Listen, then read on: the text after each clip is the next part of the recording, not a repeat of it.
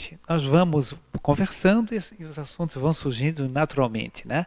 E os presentes que desejarem fazer alguma colocação ou questionamento são muito bem-vindos, né? Saudamos esse público aqui presente, né? E é uma alegria estar com todos vocês. O pessoal desencarnado aí também, que estão nas arquibancadas aí, quem os percebe, né? Então sejam também todos bem-vindos. Nossa saudação à TV Mansão do Caminho, TV FEB, os outros que estão participando conosco, o pessoal do YouTube, enfim. Um grande abraço a todos. Bem, então, nosso amigo, gostaria de fazer alguma introdução inicial?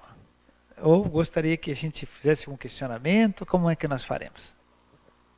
Eu acho que a gente pode fazer aquela introduçãozinha básica, só para que a gente possa ativar o pessoal aí para começar a surgir as dúvidas, né, e começar a comentar.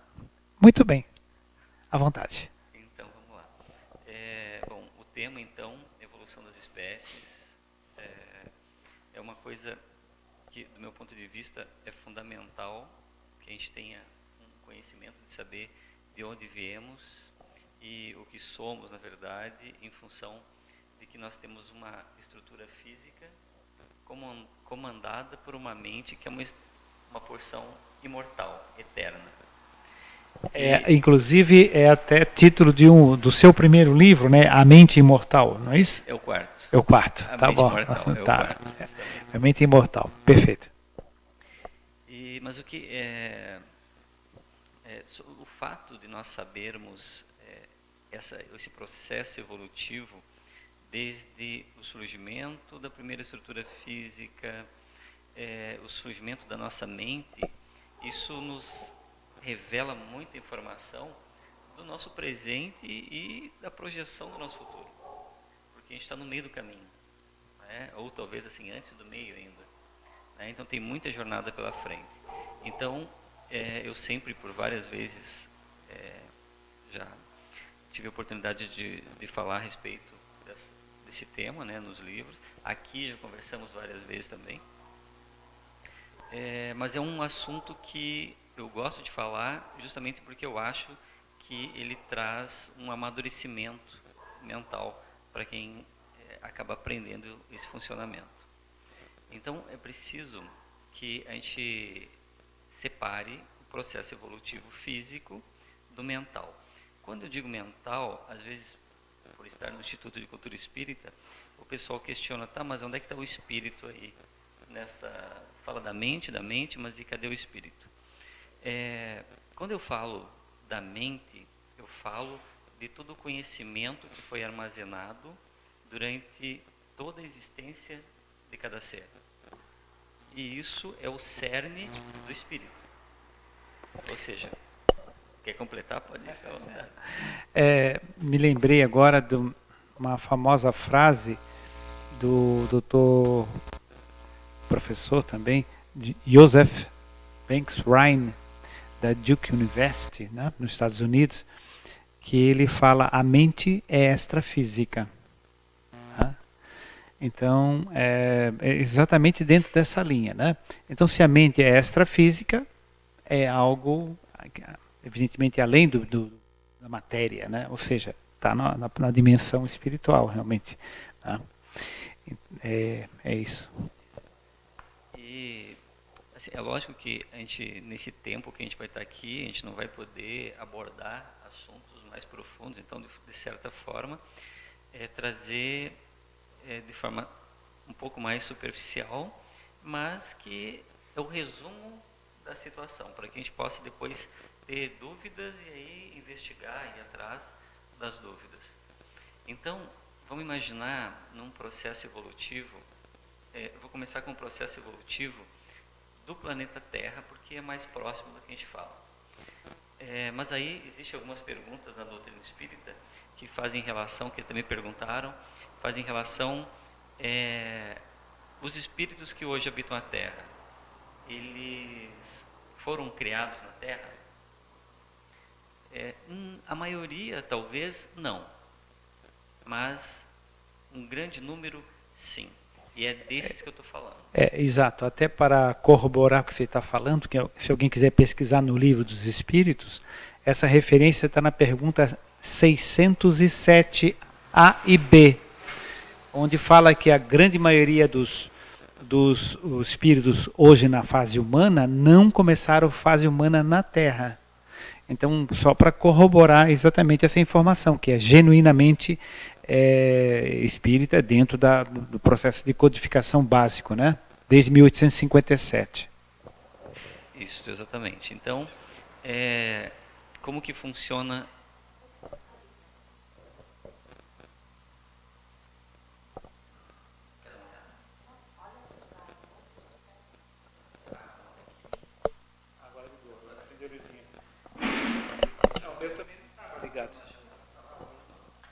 Som funcionando agora? Tá. Então, vamos imaginar no planeta Terra. Por quê? Porque como existem vários órgãos, vários planetas com constituição de matérias diferentes, para nós termos que imaginar como seria é muito mais difícil. Então, vamos imaginar de uma forma mais com o pé no chão, utilizando a física e a química que nós temos hoje de conhecimento. Então, vamos imaginar que lá 14 bilhões de anos atrás teve o famoso Big Bang, que também, apesar de terem controvérsias, hoje o que a ciência mais pode trazer de concreto para nós. E nisso não existia matéria, existia energia, e toda essa energia, a partir de um ponto concêntrico, que foi uma explosão do próprio espaço, começou a dar origem à matéria cada vez mais, energia cada vez mais densa, até formar a matéria. E então, demorou cerca de 300 mil anos para que se tivesse alguma coisa parecida com o que nós chamamos hoje de matéria. Mil ou milhões? Mil. Mil. Que seria a primeira essência material. Até então era só energia. E depois disso, dentro desse processo, houve a formação, união de quarks, união subatômicas, formação do primeiro átomo, que é o mais simples, hidrogênio. E naquele momento, todo o nosso universo físico, porque essa explosão formou um universo físico, ele era formado por hidrogênio e hélio, que é uma associação de átomos de hidrogênio. Tanto que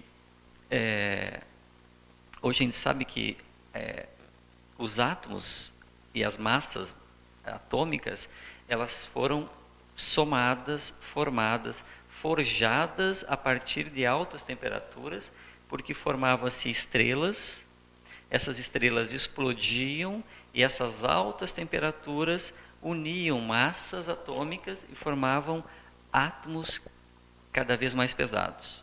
Dir-se-ia então que todos os elementos químicos, todos os átomos surgiram como filhos do hidrogênio, né? Exatamente. Porque na realidade a estruturação é a mesma, né? Tem um núcleo, tem os níveis eletrônicos, né? Apenas vai se acrescentando mais elétrons, mais prótons, e aquilo vai crescendo, mas a estrutura sempre se repete, né? Uhum. Exatamente. Então, como que funcionava? Por exemplo, nós temos as matérias mais leves e que foram surgindo sempre no mesmo processo de forja dentro de estrelas que explodiam e que essa explosão gerava esses compostos, essa matéria atômica que a gente acompanha na tabela periódica, com um número de massa, um número atômico cada vez maior. Então hoje nós temos, por exemplo, hidrogênio, carbono, nós temos o ferro, o níquel, e tudo isso foi formado a partir de explosões de estrelas. Então, quando nós dizemos que, inclusive, nós somos pó de estrelas, isso é real. A nossa matéria é pó estelar, porque a partir de uma explosão que se deu o nome de Big Bang, independente de qual seja o nome que se dê futuramente, foi o início da formação de um universo. E a partir dali a forja foi estelar. Até que, cerca de 4 bilhões e meio, mais ou menos, de anos atrás, nós tivemos essas massas atômicas se unindo e formando o que nós conhecemos como o planeta Terra. É interessante, né, que muitas vezes quando a gente começa a estudar essas questões dentro da doutrina espírita, algumas pessoas indagam, né, mas onde é que fica Deus nisso? Deus não criou, etc. Porque muitas vezes nós ainda temos dificuldade de assimilar o verdadeiro e profundo conhecimento de Deus realmente, que não é uma pessoa, não é um ser limitado, não é alguém que fica aborrecido, triste, zangado, castiga, perdoa, ou seja, antropomórfico. Né? Então, o que é Deus? Nós lembramos daquela fantástica primeira pergunta do Livro dos Espíritos, pergunta número 1, que não é quem é Deus, mas que é Deus. Então, a pergunta do Kardec é genial, né? É genial mesmo. Porque Deus não é uma pessoa. Deus é um amor onipresente em todo o universo. Todas as galáxias, todas as partículas do universo, macro e micro, quartos e tudo mais, elétrons, estão todos mergulhados nesse amor universal e inteligência universal, que é onipresente de verdade, onipresente mesmo. Né? Então tudo está mergulhado nessa lei de amor, que é perfeita. Então todo esse processo, ele acontece como decorrência de leis secundárias que decorrem de uma lei maior. Né? É porque essa interrupção é necessária, porque às vezes pessoas ficam assim, mas e Deus não é que está nisso, né? Mas continua, por favor. Mas assim, seria interessante partir do princípio em que, se nós formos pensar em Deus dentro disso, nós pensaríamos como a similaridade com o relojoeiro. A similaridade com o relojoeiro. Exatamente, porque é o relojoeiro que cria um relógio perfeito, com uma engrenagem perfeita que em nenhum momento precisa ser mexido. Então, se nós pegarmos isso, a gente vai dizer que esse relógio perfeito, essa engrenagem, foi criada por quê ou por quem a partir desse episódio que eu citei como Big Bang. Então, houve esse episódio. Então, foi criado um relógio perfeito.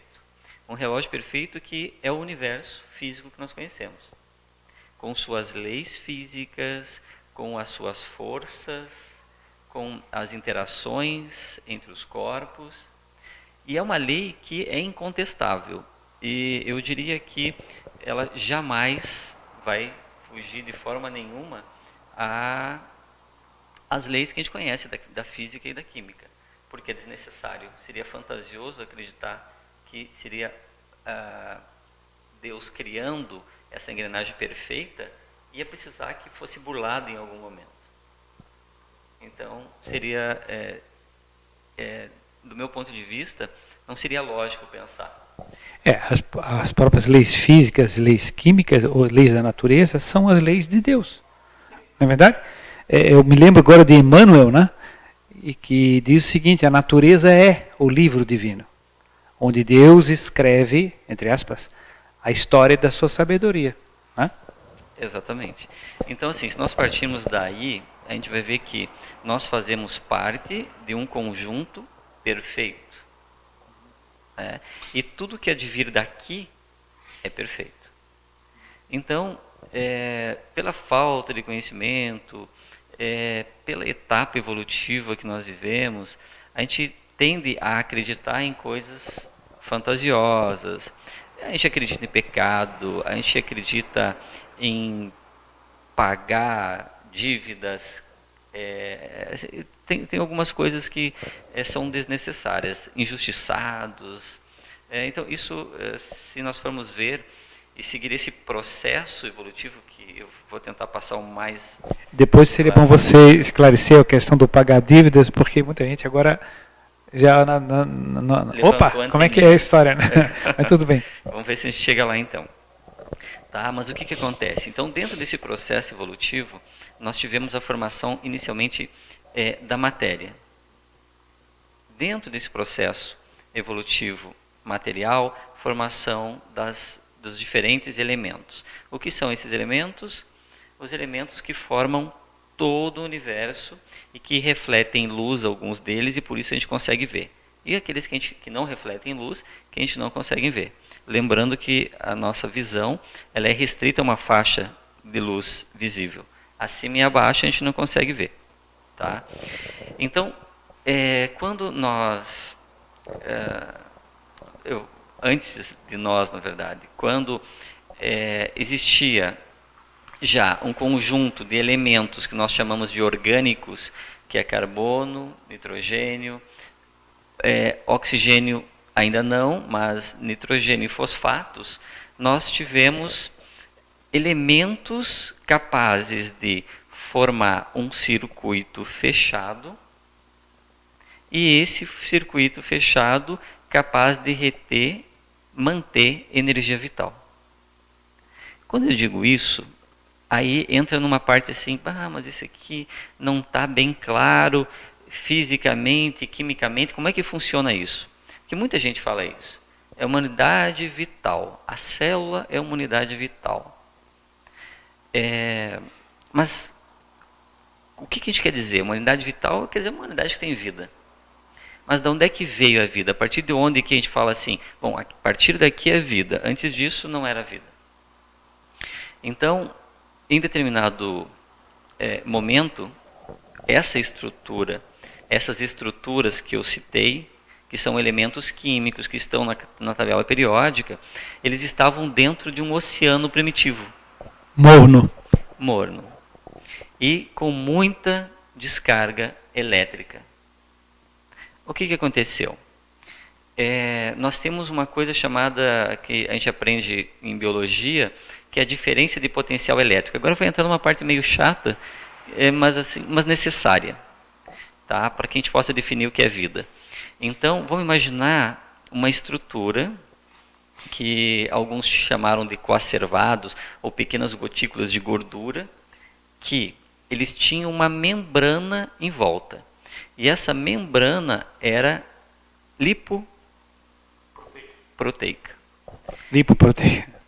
Tá? Então, o que acontece? Formada de fosfatos, de gordura, então proteínas, o que acontece? Elas se fecharam, elas fizeram... Eu vou usar alguns termos aqui, que depois, talvez, eles digam, ele falou bola, mas assim, só para entender. Formaram uma bola, uma parte fechada. Dentro dela, existiam alguns íons e cátions, carga elétrica positiva e negativa dentro. Ânions e cátions. Ânions e cátions. E fora também a mesma coisa. Então, cada vez que essa bolinha de gordura, ela tocava em alguma coisa dentro desse oceano, ele tocava, e a hora que tocava, a membrana se abria e permitia que houvesse uma troca de cátions e ânions de dentro e para fora. Isso representa uma descarga elétrica, uma minúscula descarga elétrica. Para lembrar, quem não está lembrado, ânions e cátions são íons. O que são íons? São átomos carregados de eletricidade. Não é isso? Então, esses são átomos carregados de eletricidade que começaram a entrar e sair dessa esfera, desse círculo, dessa bola, né? E aquilo vai originar, então, a primeira célula, né? Exato. Ainda não, porque célula a gente fala que é um conjunto, a unidade organizada. Em que já existe organelas dentro. E ainda não existe. Por enquanto é uma membrana com uma carga elétrica dentro, diferente da de fora. E cada vez que ocorria um toque, ocorria uma vibração diferente nessa estrutura, ela ia liberar um número diferente de de ânions e cátions para dentro e para fora. E isso representa uma informação. Isso acontece até hoje, tá? Para que nós estejamos aqui conversando, a gente está ouvindo, a gente está falando, nós estamos vendo. Mas, se formos ver profundamente como que isso acontece, a nível celular, ainda é a mesma coisa. A informação é representada por uma descarga elétrica neuronal que é causada pela entrada e saída de eletricidade dentro da célula. Ou seja, aquilo que aconteceu há bilhões de anos atrás, ainda acontece hoje nas profundezas de cada uma das nossas células. E vai continuar acontecendo enquanto a gente tiver esse corpo físico e vivendo no planeta Terra. Porque é as leis do planeta que geraram esses corpos que a gente veste. Inclusive é interessante que todas as células nossas, desde os membros inferiores do fígado, do cérebro, retina e tudo mais, elas se processam dessa forma, né? Todas as atividades. E dentro da célula, em relação a fora, dentro ela é eletricamente negativa. E essa diferença é de menos, porque é negativa, né? 80 milivolts. Né? Então, só para confirmar exatamente isso, continua acontecendo isso. E que começou nos primórdios da formação dos seres, né? Exatamente. Entre 0,75 e 0,80 milivolts. Exatamente. Então, o que quer dizer isso? Que essa informação, isso é informação. Então, quando eu falo alguma coisa para vocês, vocês ouvem uma informação. Só que, na verdade, essa informação é uma sequência de elétrons que estão dentro das suas conduções nervosas e que estão armazenando isso que eu falo na forma de eletricidade. Então, quando a gente fala assim, onde surgiu a vida? A vida surgiu exatamente no momento em que foi criada esse gradiente, essa diferença de eletricidade entre a parte interna e a externa.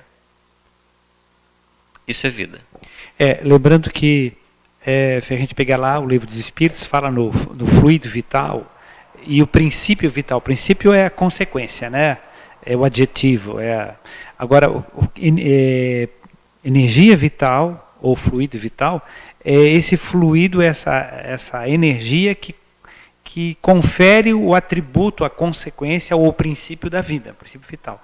Então, essa estrutura aí era já capaz de assimilar o fluido vital, certo? Ou energia vital, ou bioenergia. Exatamente. E aí que entra aquela, quando eu falei antes, né, quando a gente fala vital, fluido vital, que é o que mantém a vida, que em uma representação física é a eletricidade. Né, que é o que vai manter a vida, só que aqui a gente vai dividir uma situação. Eu estou falando da vida física. Até agora não tocamos nada que seja extrafísico. É lógico que por trás disso tudo, os bastidores é completamente extrafísico. Por quê? Porque existe a essência ou o duplo de cada uma dessas estruturas. Então, para que ela se materialize fisicamente, ela já aconteceu extrafisicamente. Mas eu não vou tocar nessa parte para não confundir, porque a intenção é outra. Então, só rapidamente, a pergunta 540 do Livro dos Espíritos, existe aquela frase famosa cuja resposta fala no finalzinho, não vou comentar toda, que é longa, né? Da evolução do átomo ao arcanjo, que começou por ser átomo. É essa história, né? Exatamente. Então, dando sequência, vocês veem que eu estou falando de uma história, eu estou contando a história, nossa história, da estrutura física e da estrutura mental. Eu estou tentando colocar numa ordem cronológica para que fique mais fácil para que a gente entenda. E vocês vão perceber que tudo vem a partir daqui. Quando a gente for falar em personalidade, em comportamento, em inconsciente, tudo vai ser a partir dessa informação que eu estou trazendo agora. Então, nós temos agora uma unidade separada das demais, ou seja, individualizada, que tem uma vida muito curta. Ela se forma, é uma membrana, como se fosse uma bolinha de sabão, ela estoura. Mas o que acontece? Quando eu falei que tinha vida, a partir daquele momento, eu falei, até o Dr. Ricardo comentou, ali agora já tem uma coisa chamada fluido vital, que ele tem uma característica de individualização do ser. O que quer dizer isso? Nós aprendemos também na física que quando nós temos eletricidade correndo de um ponto a outro, nós geramos um campo magnético. Então aquela estrutura cria uma microtransmissão elétrica, mas cria também um micro campo magnético. O campo é uma consequência disso, né? Da eletricidade. É isso. Isso a gente estuda em física, né? Então, sempre que tiver uma condução elétrica de um ponto a outro, nós temos em volta um campo magnético. Então, quando se cria esse campo magnético, o campo magnético ele é mantido por outros campos magnéticos. Ou seja de outros seres, seja do campo magnético do planeta, enfim. São campos magnéticos que se mantêm. Quando essa informação elétrica do contato dessa bolinha de sabão com o meio, qualquer coisa do meio, gerou um impulso e criou uma informação, essa informação foi automaticamente impressa no campo magnético.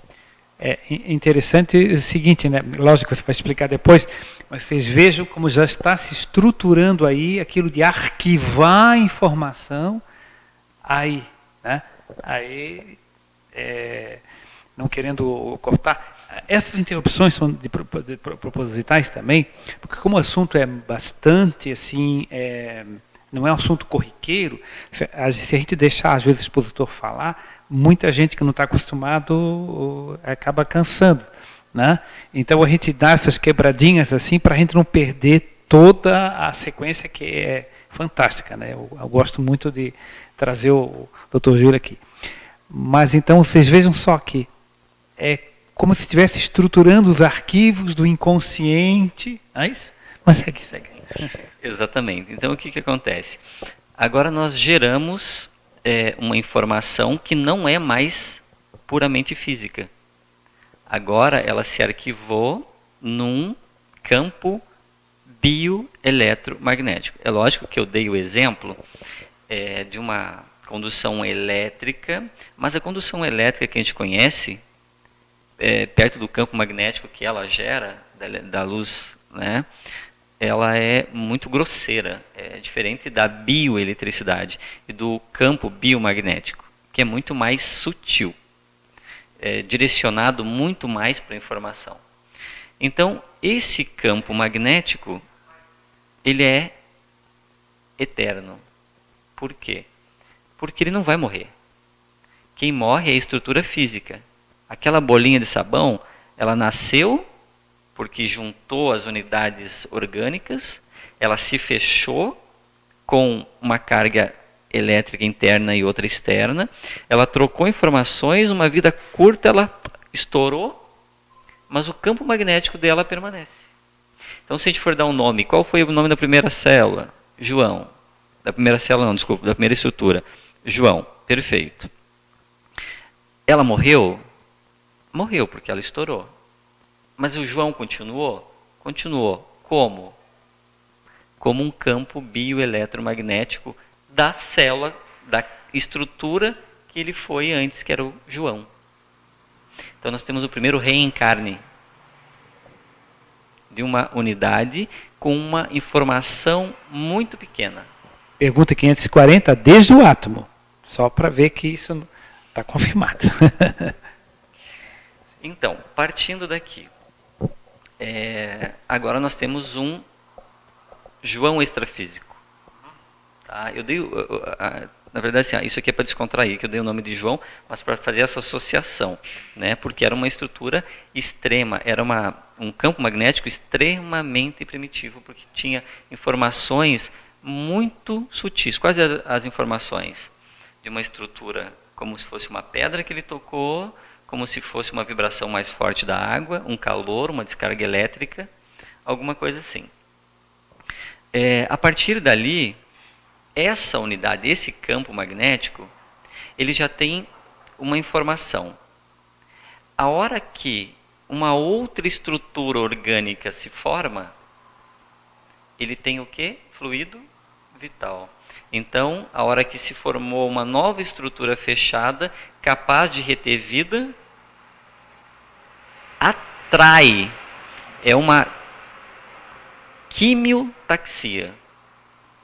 Por quê? Ele vai atrair aquela estrutura pelo seu fluido vital para dentro daquela unidade. Então, agora sim, nós temos um reencarne. Então, depreende-se que o Plock, a bolinha João, já traz uma informação, e no momento que ela retorna atraída pelo campo de uma outra estrutura que se forma, já traz uma experiência, na verdade? Isso eu aprendi conversando contigo, né? Já traz uma experiência e já estimula o processo evolutivo e de transformação da próxima estrutura. E assim as espécies vão se formando, vão se transformando, vão evoluindo e tal. Né? Quer dizer que não é que Deus criou um gato, né? Deus criou um cachorro. Né? Não, tudo isso é um processo de bilhões de idas e vindas e arquivos de informações. Né? Exatamente. Mas continua. Exatamente. Então, agora nós temos uma nova estrutura que já traz uma informação maior do que aquela que está sendo recém-formada. Mas outros zilhões de estruturas orgânicas estão sendo formadas ao mesmo tempo. Por quê? Porque possui o mesmo substrato. Tem a matéria orgânica, tem eletricidade, está tudo junto. Tem um mar morninho, enfim, tudo aquilo, né? Então, na verdade, eu dei o exemplo de uma célula, de uma estrutura física sendo formada. Mas o que aconteceu, na verdade? Um borbulhamento de vida no oceano inteiro. Essas estruturas, essas bolinhas de sabão, elas borbulhavam. Então, o que acontecia? Formava, ela tinha a sua experiênciazinha, rompia, mas aqui já saía uma informação, o campo magnético já atraía a estrutura, o campo que já tinha deixado com nova informação, estourava, ele saía, estourava, saía, estourava, saída, e começou a ter a formação de estruturas mais especializadas, agora capazes de modificar a próxima estrutura. Ou seja, criar avanços. Como que é esse avanço? Ele era inteligente? Não, mas é mesmo mais ou menos por exclusão. Por exemplo, nesse momento, ainda não, mas eu vou dar um exemplo um pouquinho mais além. Formou-se estruturas muito simples, como se fossem vírus pré-históricos, né? Não vírus, né? Porque se a gente for pensar, o vírus ele é um parasita obrigatório. Então, ele não poderia parasitar alguém se ele fosse o primeiro. Então, ele já tinha que ser obrigatoriamente partir do segundo. Já infelizmente, um ser mais evoluído nessa história. Exatamente. Né? Mas essas estruturas eram muito simples, como os vírus de hoje. Então, eles já tinham a capacidade de compreender estruturas diferentes, de se esquivar, ou seja, fugir de estruturas. Isso acontece hoje, que existem testes com bactérias, em que elas procuram, dentro de placas, né, elas têm tendências a procurarem lugares onde a temperatura é mais agradável para elas, e elas vão crescer mais ali naquele espaço. Ou de paramécios, por exemplo, que são protozoários, que eles têm todo o conjunto. Isso é uma coisa, paramécio eu adoro, já falei várias vezes aqui, né? Aí vem um hobby interessante, né? Porque eu ia no mangue, pegava alguns paramécios, ia para casa olhar no microscópio para ver, inclusive, o comportamento. Então, e mostrava para meus filhos também, então era uma coisa bem interessante. É lógico que não dá para criar, né, porque eles são muito frágeis, mas tu consegue acompanhar dentro daquela gotícula enquanto não seca o comportamento. E eles têm características, porque eles são ciliados, então eles se movimentam na direção que eles controlam. Lembrando que o paramécio é uma única célula. Evidentemente não é visível a olho nu, né? Só com o microscópio mesmo. Exatamente. Então, ele é só uma célula. Mas ele tem um estômago primitivo, porque ele tem uma boca, aí ele nada, o alimento entra pela boca, ele forma vesículas digestivas, digere aquele alimento, ele rompe aquilo, joga para dentro da estrutura interna dele e evacua o resto, ele joga o que ele não ocupa para fora. Então vejam que boca, faringe, estômago, intestino. Lembre que ele é só uma bolinha, tá? E lembre que ele é uma única célula. Então nós estamos falando de um projeto humano. Né? Não esse paramécio de hoje, mas uma estrutura compatível de bilhões de anos atrás. E lembrando que esses seres unicelulares, tanto o paramécio de hoje como os que o antecederam, eles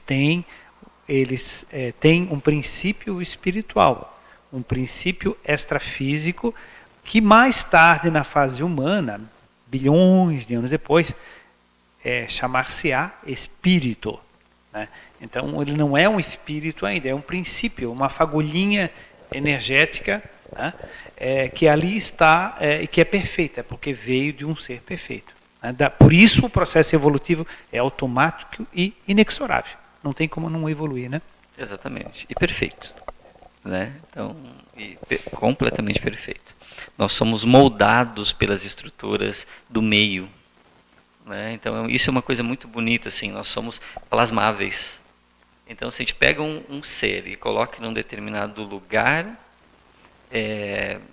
lá no meio do Alasca, no meio da Sibéria, ele vai sobreviver, vai se ajustar e, em algum tempo, vai sofrer mutações que vão fazer com que ele consiga ter um perfeito entrosamento com o meio. E por que sofre mutação? Porque ele desencarna, leva a informação, que você usa muito a palavra, leva a informação, e quando ele é atraído para o meio, ele renasce já levando aquele estímulo para a mutação genética. Né? Exatamente. E aí que entra aquela outra... o que molda o próximo corpo físico. Então a gente sabe que nós temos um corpo espiritual que vai moldar o próximo corpo físico. Mas o que é esse corpo espiritual que a gente está falando? É o que eu me refiro, em que o cerne é a mente, mas ele é o espírito. Né? E a mente é o cerne do espírito, ou seja, o espírito é uma unidade que também tem comportamento, também tem personalidade, mas o que é o que representa isso, essa personalidade, esse comportamento? É a informação que o próprio espírito traz na mente, que é a unidade imortal que traz toda a informação de cada ser. Então, e nesse processo, então, agora de entrada e saída de corpos, é que a gente começou a ter dois processos distintos. Um físico e um espiritual. O físico é onde nós arrecadamos a informação maior, mais grosseira, principalmente nesse processo inicial, em que a gente fica pouco tempo no astral e muito tempo no físico. Então, essa interação com o meio físico traz a maior parte das informações. E o ser, então, desencarna, leva essa informação e volta melhorado para modificar, mutar o próximo corpo físico que ele vai utilizar. E nisso, nessa entrada e saída, começa a diferir em estruturas físicas moldadas a partir de meios diferentes. Então, nós tivemos primeiro o meio aquático. Em algum momento, um desses seres, ou alguns, ou milhões desses seres, começou a deslumbrar uma estrutura aérea, terrestre no caso, não para viver totalmente fora, mas para entrar em contato com o ar. E o que acontece com cada novidade que a gente entra em contato? O nosso corpo é tão perfeito que quando nós entramos em contato com uma novidade do planeta, ele começa a reconhecer aquela informação e começa a se modificar. Um dos exemplos disso é os plateumintos, ou a planária, vou dar o exemplo da planária, por exemplo. São tipos de vermes. Isto. Não são esses vermes intestinais. Tá, e a planária é um serzinho também em que já tem visão dentro do processo evolutivo, e ele tem até um desenho assim que parece dois olhinhos. Quem for lembrar de biologia, vai ver assim, aquele verminho microscópio que tinha dois olhinhos é uma planária. Só que não é dois olhinhos iguais os nossos. São só duas estruturas fotossensíveis que, como ele entrava em contato com a luz era uma novidade. Só que a luz por trás dela tem uma radiação, tem fótons que ficam mergulhando, que ficam atingindo a nossa estrutura. Nós recebemos aquilo e se nós nos modificamos para reconhecer aquilo, então deu início à formação dos olhos com o estímulo da luz. Tanto é que os seres que viviam em profundidades demoraram muito mais para desenvolver olhos, ou não desenvolveram olhos se eles não tiveram contato com a luz. Porque o estímulo foi a luz. Então, essa é uma parte assim, maravilhosa dessa perfeição. Porque quando o universo nos mostra uma energia diferente, uma radiação, qualquer coisa, nós nos ajustamos a utilizar aquilo, a reconhecer e a utilizar. E, bom, isso foi acontecendo, foi formando então as diferentes espécies. Agora esse serzinho saiu, entrou em contato com o ar, começou a receber informação de moldagem e começou a desenvolver capacidade de utilizar aquela novidade chamada ar para trocar o seu oxigênio. E aí agora nós temos seres terrestres. Inicialmente aqueles que iam, tinham bolsas aéreas que deixavam eles ficar um tempinho ali, depois voltavam pela desidratação. Formavam ovos para manter, para não ressecar pelo ar, e depois foram evoluindo também, formando ali a placenta, formando o espaço embrionário interno, que até então era externo. Mas o que eu quero dizer, assim, isso ia abrir um leque que a gente ficar o resto da noite falando disso, não é a intenção. O que eu quero dizer é que a gente pode perceber a perfeição disso tudo, dessa engrenagem de ajuste perfeito, sem precisar do relojoeiro. Ele já criou a engrenagem. A hora que ele criou a engrenagem, não tem mais erro. A engrenagem foi perfeita. Então era só deixar. Tá? Então por isso que eu digo assim, não precisa essa interferência mais fantasiosa, porque a gente pode, dentro disso tudo, dessa engrenagem perfeita, a gente pode entender o papel da doença, o papel de qualquer situação difícil, desgraça, miséria, qualquer coisa.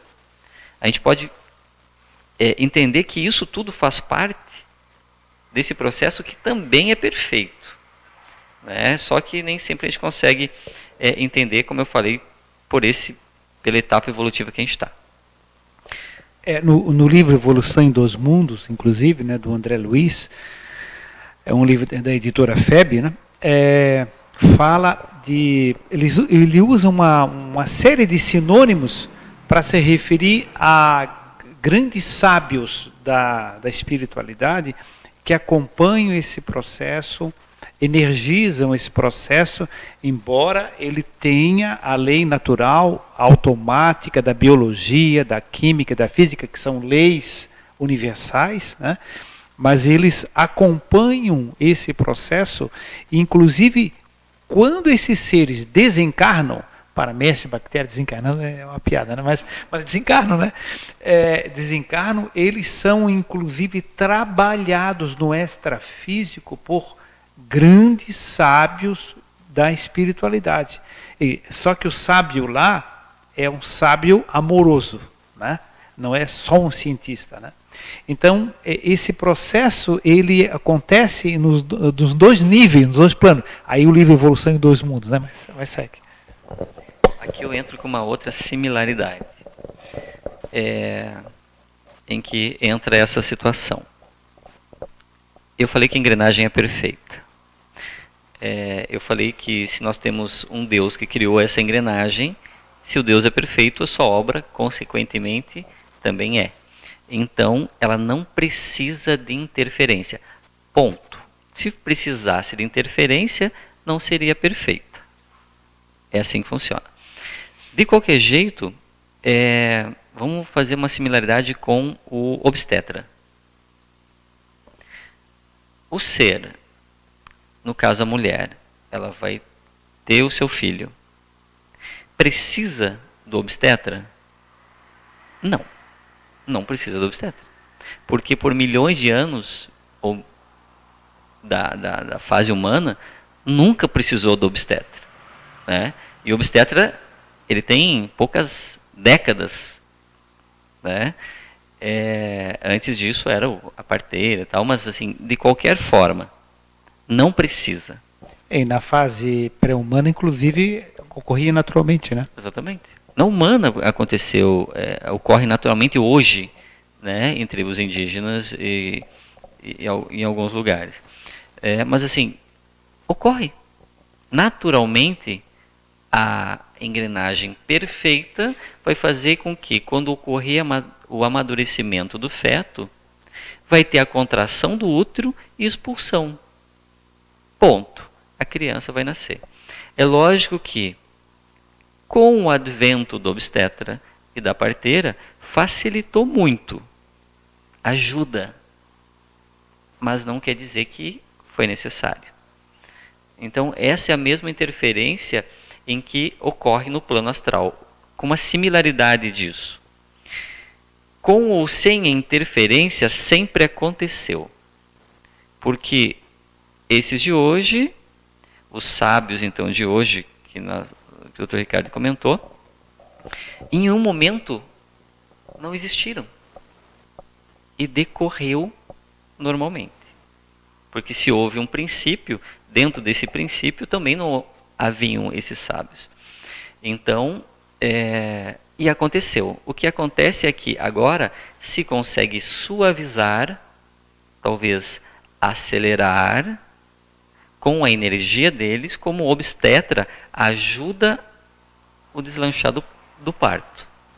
Mas lembrando que o processo, a engrenagem, não precisaria de interferência. Ela precisa ser perfeita. E continuando. Então, quando agora bem definida então uma evolução física em que desencarna o ser, leva informação, retorna mais adiantado que os da sua espécie. E chega um momento, isso é uma outra coisa, assim, não é assim. Vamos lá. Foi um paramécio, aí foi um pernilongo, aí foi uma mosca, aí foi. Não é assim. A vivência, ela é de inúmeras vidas dentro de espécies. Por quê? O que faz ascender a próxima fase? O conhecimento. E que tipo de conhecimento é esse que faz ascender a próxima fase? Quando você fala a próxima fase, está falando de uma espécie diferente? Exatamente. Certo. Uhum. Exatamente. Tá? Para uma espécie um pouco mais desenvolvida. Quando eu digo assim, mais desenvolvida, por que mais desenvolvida? É até importante lembrar isso, porque muitas pessoas pensam que a evolução é só dentro da espécie. Não, uma espécie origina a outra. Certo? E ela tende a desaparecer porque são os mesmos reencarnados. Então, exemplificando, o elefante de hoje foi o mamute. Não existe mais mamute, mas hoje eles estão elefantes. Antes do mamute era o dinotério, e assim por diante. Então, vou falar uma coisa que talvez seja bem interessante. Se a gente fosse nos definir quem nós somos de verdade, eu diria que nós somos uma unidade mental, como se fosse uma esponja em relação ao conhecimento. Nós vivemos pelo conhecimento. Nós corremos atrás de conhecimento. Por quê? Porque a todo momento essa interação com o meio nos traz conhecimento, dados, informação, para que a gente possa projetar o que a gente vai fazer, para que gere a nossa personalidade, o nosso comportamento. Então, nós somos seres que estão o tempo todo buscando informação, mesmo que seja de forma inconsciente. E isso, a partir de quando? A partir da primeira célula. Então, houve esse processo evolutivo em que a gente consegue ver que os seres cada vez mais querem mais conhecimento. E como que se consegue mais conhecimento? Com corpos mais adaptados, com mais terminações nervosas, com mais estruturas cerebrais bem definidas. Então, o que nos difere? Nós temos uma sensibilidade, uma captação sensorial nervosa muito maior do que a maioria dos seres que vieram para trás. Nós temos as nossas terminações cerebrais, neuronais, elas são muito mais especializadas, muito mais qualificadas a captar informação e armazenar. Por isso que hoje a gente fala que a gente está no topo da evolução. Por quê? Porque nós temos corpos mais capazes de reter informação.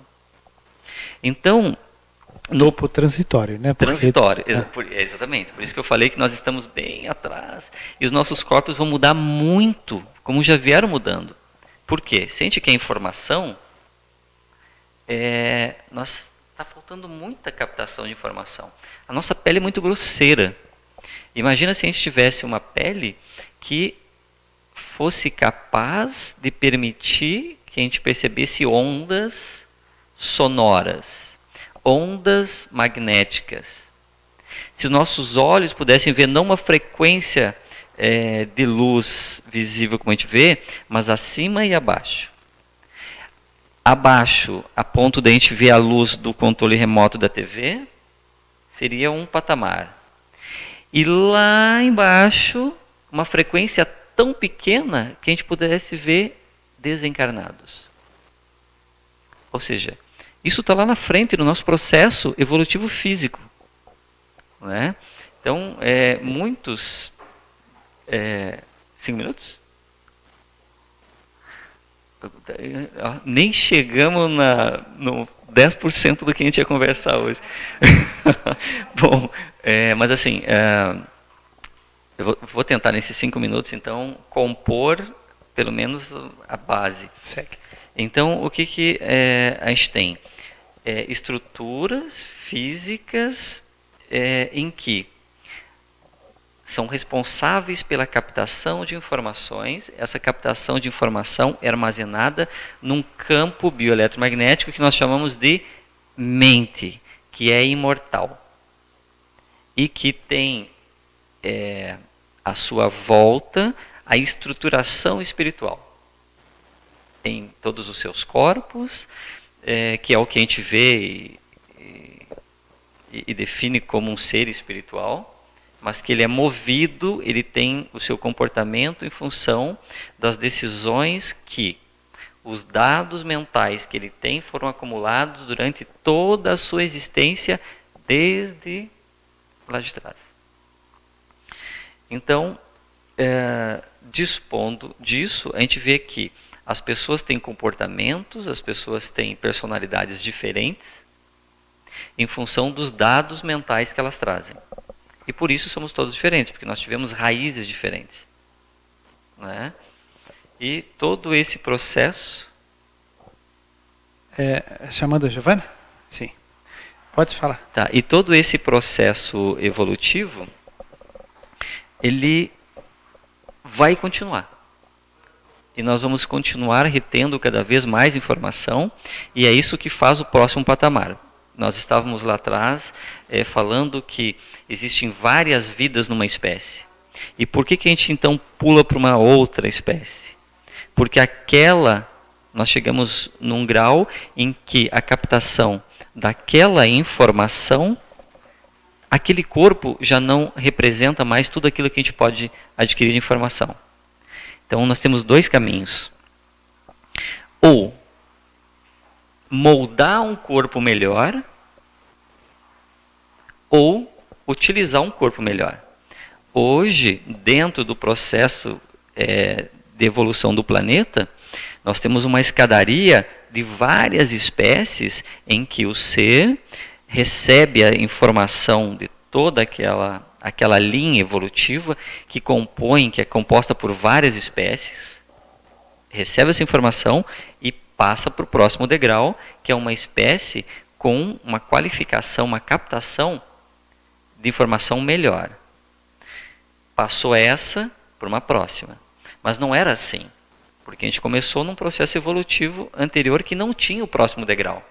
Então o próximo degrau foi criado a partir das mentes com mais informação que mutavam corpos, trazendo um corpo melhorado. Se a gente for ver a evolução do processo neuronal, a gente vai ver que a percepção ela era de uma única célula. Essa célula ela era responsável, vamos voltar para o paramécio, era uma célula, por exemplo, uma única célula, e ele era ciliar. Então a informação sensitiva ela recebia pelos seus cílios, que é as cerdinhas em volta dele. Aquele era o aparelho neuronal. Quando ele chegava perto ou tocava alguma coisa, ele nadava para o outro lado, era uma resposta de fuga. A partir do processo em que houve a multicelularidade, ou seja, a divisão celular, seres com mais células, as células que ficavam no miolo precisavam ficar protegidas. E as células de volta precisavam informar o miolo do que estava acontecendo. Então ela recebia a informação como as cerdas do paramécio, mas ela tinha que conduzir de célula a célula como? Descargas elétricas. A mesma descarga elétrica que deu origem à vida. Liberava íons. Então encostava, iam para cá, passava para a próxima, para a próxima, até chegar no miolo. Gerou a tua filete nervoso, né? Exatamente. Exatamente. Então o que aconteceu? Formou esse conjunto, já estou passando, né? Mas então, acho que ficamos por aqui. Tá? Mas assim, só para a moral da história, a extremidade acabou criando os filetes nervosos que deram origem ao aparelho neuronal. Uma pergunta, eu não sei se a equipe que nos brinda com essa assistência, se eles poderiam vir na próxima quarta-feira, eles podem? Na próxima não poderiam, né? Então nós combinaríamos uma outra quarta-feira para dar uma continuidade. A hora que vamos ver se casa a disponibilidade deles com a sua, para a gente dar uma sequência, né? Para encerrar rapidamente, não sei se daria tempo ou não, essa questão de não pagar, etc. Você comentou no começo. Não ficar devendo, né?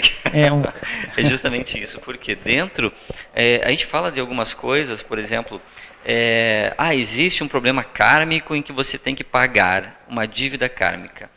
Primeiro que karma é ação, e aí a gente está falando de uma consequência. Segundo, que você paga, quando você paga, a representação de pagar quer dizer a alguém. Isso não é real. Quando você tem na sua vida não erros, você tem opções, você tem caminhos que você toma. Todos os caminhos são corretos.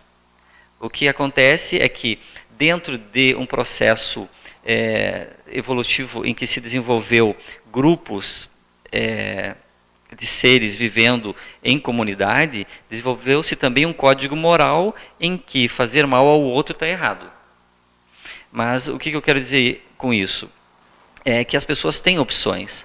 E isso não é erro. E quando se comete alguma coisa que se chama erro, que a pessoa, eu errei, eu tenho que pagar. Não, aquela foi uma opção sua e o pagar não é alguém. É a consequência daquilo que energeticamente você vai ter que arcar com essas consequências. Então, se for pensar em uma dívida, a dívida é sua consigo mesmo e não com outra pessoa. Né? Então, assim, quando a gente fala, você vai ter que pagar, não, é fantasia. Quando fala assim, você foi injustiçado, ou o que é mais comum, eu fui injustiçado. Não existe injustiçados em uma engrenagem perfeita. Por quê? Porque quando se comete alguma coisa em que você tem que drenar uma energia do passado, você pode reencarnar e esquecer aquilo que você cometeu no passado. E agora você vai drenar essa energia numa próxima encarnação. O fato de você drenar não quer dizer que você está sendo castigado e nem que você foi injustiçado. Quer dizer que dentro desse processo evolutivo perfeito, você está se reequilibrando com o universo. Porque quando se faz alguma coisa que lesa outro, por exemplo, você cria uma energia para você drenar. E por que você tem que drenar? Porque essa energia está dentro do seu campo e te tira do equilíbrio. Então o universo é tão perfeito que ele quer te colocar de volta no equilíbrio. Como? Tirando aquela energia. Só que a forma de tirar essa energia é drenando. Então não foi injustiçado e não foi castigado. Pelo contrário, o universo está te beneficiando, te colocando em equilíbrio energético novamente. Ok. Muito bem. Gente, então só nos resta agradecer ao nosso querido colega, Dr. Júlio Geuser, agradecer a espiritualidade amiga que nos acompanhou, nos intuiu, os presentes que estão aqui, esse público que se encontra aqui, e também os amigos da espiritualidade que vieram assistir nas arquibancadas laterais aí, né? Um abraço a todos eles. Muito obrigado, né? E que a paz esteja com todos nós. Encerrada está a nossa reunião.